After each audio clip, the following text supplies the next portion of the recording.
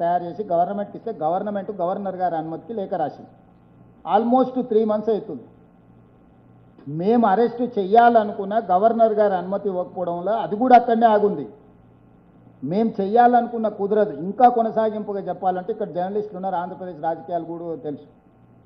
చంద్రబాబు నాయుడు గారి మీద జగన్మోహన్ రెడ్డి గారు కేసు పెట్టి అరెస్ట్ చేసి జైలు వేసినప్పుడు సుప్రీంకోర్టు ఏమన్నది, నువ్వు గవర్నర్ నుంచి తీసుకోవాల్సిన ప్రొసీజర్ ప్రకారం నువ్వు ప్రొసీజర్ ఫాలో కాలేదు. 17A mandate, you have not taken that permission from the governor, that is why are going to give a bail అని చెప్పి చంద్రబాబు నాయుడు గారి కేసులో, government of Andhra Pradesh versus Chandrababu Naidu గారి కేసులో సుప్రీంకోర్టు కేటగారికల్ జడ్జిమెంట్ ఇచ్చింది.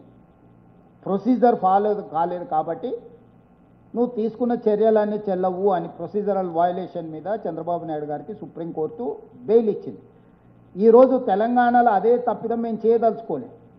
ఒక కేసు సిబిఐకి అప్పచెప్పినా ఇంకొక కేసు మేమే అరెస్ట్ చేస్తాం అనుమతి ఇవ్వమన్నాం. గవర్నర్ దగ్గర ఉన్నది గవర్నర్ దగ్గరనే ఉంది, అమిత్ షా గారి దగ్గర ఉన్నది అమిత్ షా గారి దగ్గరనే ఉంది. ఏ ప్రతిపక్ష నాయకుడి మీదైనా ఈ దేశంలో ఈ విధమైన వెసులుబాటు మోడీ గారు ఇచ్చిండ్రా? 48 గంటల్లో జైల్లో పెడతా అన్న కిషన్ రెడ్డి గారు సిబిఐకి ఇస్తే ఎందుకు మాట కూడా మాట్లాడడం లేదు, పెదవి కూడా కదపడం లేదు? దీన్ని బట్టి మీరు అర్థం చేసుకోండి. చట్టం మేము అది వివిధ సంస్థలు, వివిధ రాష్ట్రాలు, వివిధ దేశాలకు సంబంధించిన అంశాలు ఇన్వాల్వ్ అయి ఉన్నాయి కాబట్టి కాళేశ్వరం సిబిఐకి ఇచ్చినాం. మల్టీ ఏజెన్సీస్ ఉన్నాయి, అందులో వ్యాప్కోస్ ఉంది. వ్యాప్కోస్ గవర్నమెంట్ ఆఫ్ ఇండియా సంస్థ. ఇప్పుడు NDSA రిపోర్ట్ ఇచ్చింది, గవర్నమెంట్ ఆఫ్ ఇండియా సంస్థ. విజిలెన్స్ అండ్ ఎన్ఫోర్స్మెంట్ ఇచ్చింది.